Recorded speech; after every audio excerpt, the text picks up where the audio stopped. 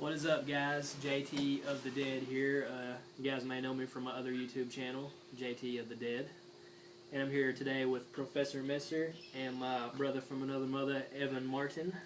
And this is our first, what do you want to call it? First issue episode, yeah, of Males to Astonish comic book talk. We talk comics.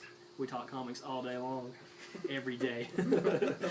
But my cohorts here have graciously picked out a few issues of from their collection that they prize, and they want to show them to you and talk about it a little bit. So I'm going to turn it over to my man Professor Messer here and let him talk about his issue. This issue features one of my favorite comic characters, Hellboy. This is his first appearance in Next Men, Faith, Part 3 or 4. Parts 1, 2, and 4 don't feature Hellboy. They're just all separate stories. But John Byrne wrote most of the stories in this. He did most of the art with Mike Mignola, however you pronounce his name. We're not sure. Been researching it. But he created the character, and he was finally featured in this issue of John Byrne's Next Men. And it's a pretty cool issue. But after he was featured there, Dark Horse decided to let Mike Mignola have his own miniseries. Hellboy's a little different than most traditional comics because you don't have just a long line of issues that happen in order. They're published in a series of miniseries of stories that take place at different periods of time. But this is the first issue of his first miniseries, Seed of Destruction. JT here can showcase some more issues from it. There's 4 parts in it. This is issue 2, Yeah. of 4. Cool cover on that one, flatten out Cocktopus. But yeah, mainly these issues are just the introduction of Rasputin, which is one of the main villains in the Hellboy storylines, and some of his cohorts, with Cronin and whatnot. And actually, the first Hellboy movie is based a lot on just this miniseries by itself. And each one has a backup story, Monkey Man and O'Brien, as you can see here. So at the end of each issue, there's that. Show issue 3. But yeah, John Byrne still had a lot to do with this miniseries. He kind of dropped off later on with the Hellboy stuff. But yeah, Mike Mignola's still going strong. One of my favorite comic book writers and artists, for sure.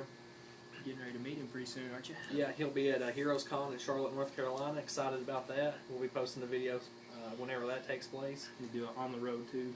I think he has some of the most creative characters there is. He's one of my definitely top 5 favorite artists. Definitely has a cool art style. The no pupils and all that. But yeah, Hellboy is definitely, for me, one of the best comic characters created in the past decade. It's really different. It's kind of you get a lot of folk tales and mystical kind of stories that he takes from all different cultures and fits them into just this paranormal investigations that take place. He knows what's up with the Males of Suspense. He does. Keeps you in it. And that was issue 4 of 4. In case you guys didn't go look at that. But yeah, it's the first appearance of Hellboy, his first miniseries complete. And now I think Evan Martin over here is going to talk about some issues he's got. Yep. Mini Comics Martin. No, never will have that name. This is one of my favorite issues, and I've got it recently. It's Giant Size X-Men #1. It's like 1974 or 5, I think. It's got the first appearance of Colossus, second full appearance of Wolverine after Hulk 181, Nightcrawler, Thunderbird, and Storm. It's a pretty cool issue. It starts out with Nightcrawler on the run, because I guess they think he's the devil or a freak, and he's pretty much just trying to get out of there. But it's a pretty neat issue. Kind of like an X-Men 2. Yeah, it's pretty cool. But definitely a sought after issue for X-Men collectors. Yeah, it's in pretty decent condition, but I like it a lot. It really starts the team the classic X-Men team that everybody knows about. Yeah. Especially because of the 90s cartoon exactly. That included all the characters. I think this team's a lot better than the original one with like Jean Grey and Beast and all those. They got pushed over to X Factor. Yeah. For me, this is the X-Men team. That's who I like the best. Yeah, you gotta respect the classic team like Angel and all them. But My next issue I'm going to showcase is probably my holy grail for myself, not in general, but because it's my second favorite comic character ever. It's the actual full appearance of Wolverine ever, besides Hulk 180, which was his first cameo appearance, but it was only in the last panel. So this really is his first appearance. I'll let you see that in a second. This issue is really cool because he gets sent in to fight the Wendigo and the Hulk in Canada. Hulk and the Wendigo is kind of just duking it out, and he's sent in to take them both down. It's pretty funny though because halfway through, Wolverine teams up with Hulk to take out the Wendigo, and Hulk's pretty excited because he thinks he made a new friend with Wolverine. But then, as he's not paying attention, Wolverine just attacks him, and they kind of duke it out, and it's a pretty cool issue. And it's written by Herb Temp, really good comic writer and artist.